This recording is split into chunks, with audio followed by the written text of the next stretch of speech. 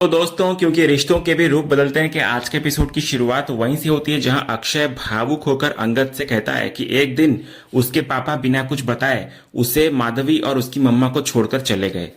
इतना कहते ही जब अक्षय अंगद की तरफ मुड़ता है तो अंगद तुरंत अपना मास्क पहन लेता है। इधर अक्षय आगे कहता है कि वो अपने पापा से बहुत नाराज था और सच कहे तो आज भी है। वो कहता है कि अगर उनकी कोई परेशानी थी तो वो मम्मा के साथ थी, उनसे या माधवी से तो नहीं ना। फिर उनकी क्या गलती थी?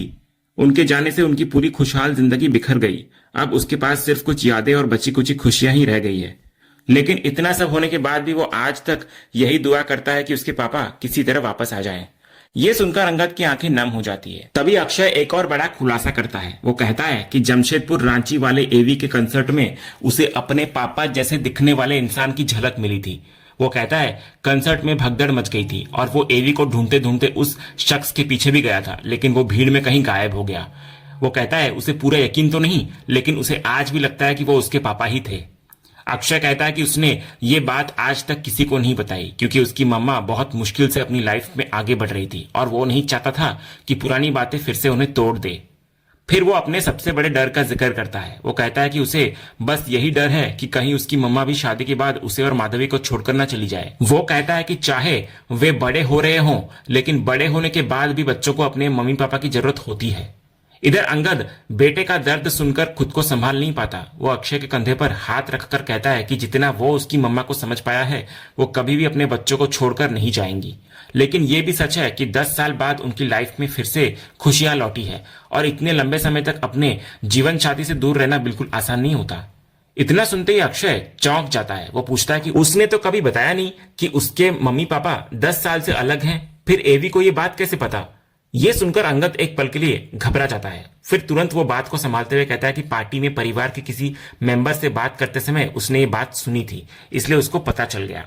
इसी बीच पूरे परिवार के लोग बाहर आ जाते हैं तो अंगद उन्हें देखकर अक्षय से कहता है कि अब वो अपने परिवार के पास जाए और खुद भी वहां से निकलने की बात करता है। जाते जाते वो आखिरी बार अक्षय से कहता है कि अपना ख्याल रखे और हमेशा याद रखे कि वो कभी अकेला नहीं है। इतना बोलकर वो उसको गले लगा लेता है। अक्षय भी उसको धन्यवाद कहता है और दोनों अपनी अपनी राह पर निकल जाते हैं। उधर दूसरी तरफ नॉयना और हेमंत दोनों ही एक साथ वीरेन से कुछ कहना चाह रहे होते हैं।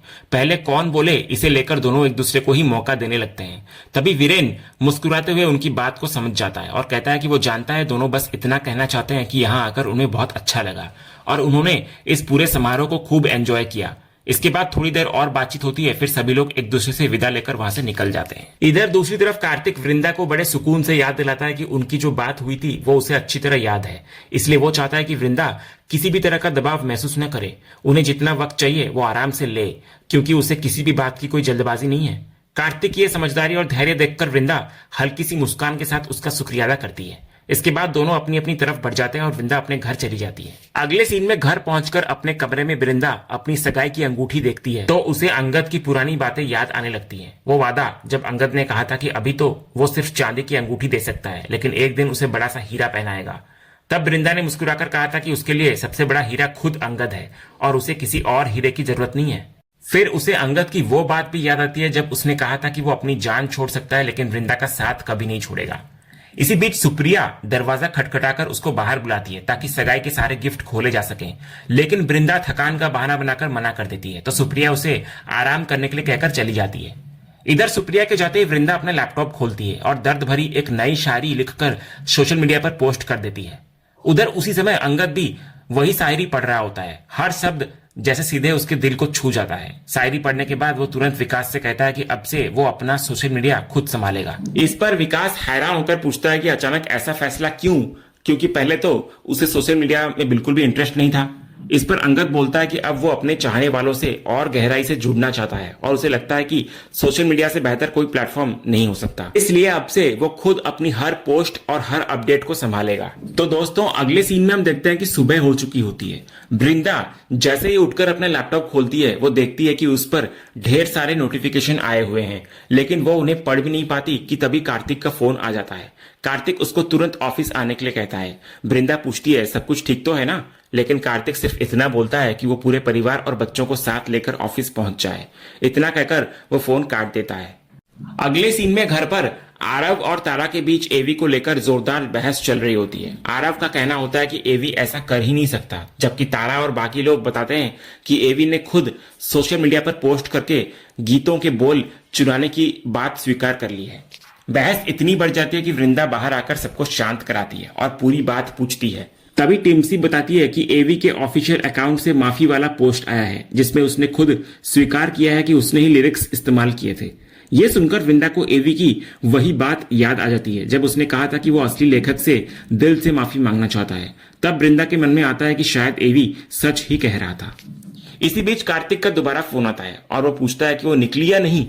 इसके बाद वृंदा सबको तैयार होकर ऑफिस चलने के लिए कहती है। तो दोस्तों, इसके बाद सभी लोग ऑफिस में इकट्ठा हो चुके होते हैं। हेमंत कार्तिक से पूछता है कि आखिर उसने सबको यहाँ किस लिए बुलाया है। उसे समझ नहीं आ रहा होता कि ये फैमिली मीटिंग है या फिर बिजनेस मीटिंग। इस पर कार्तिक मुस्कुराते हुए कहता है कि अगर कोई इसे बिजनेस मीटिंग समझ रहा है तो भी सही है, और अगर कोई इसे फैमिली मीटिंग समझ रहा है तो भी गलत नहीं है, क्योंकि इस सरप्राइज से सिर्फ बड़े ही नहीं बल्कि घर के बच्चे भी जुड़े हुए हैं। फिर वो सबको भरोसा दिलाता है कि जो सरप्राइज वो देने वाला है उसको सुनकर हर कोई खुश होने वाला है। लेकिन तभी आरव उदास होकर कहता है कि उसका तो कुछ भी सुनने का मन नहीं है, क्योंकि उसका मूड बहुत खराब है। कार्तिक वजह पूछता है तो आरव कहता है कि एवी ने खुद सोशल मीडिया पर मान लिया है कि उसने लिरिक्स चुराए थे। उसको समझ नहीं आ रहा कि एवी ऐसा कैसे कर सकता है और उसने ऐसा पोस्ट क्यों किया। इस पर कार्तिक कहता है कि इस सवाल का जवाब सिर्फ एक ही इंसान दे सकता है, जिसने वो पोस्ट किया है। इतना कहते ही मीटिंग रूम का दरवाजा खुलता है और एवी अंदर आता हुआ नजर आता है। उसको देखकर सबकी नजरें उसी पर टिक जाती हैं। तभी नॉयना हैरानी से कार्तिक को पूछती है कि आखिर ये सब क्या हो रहा है।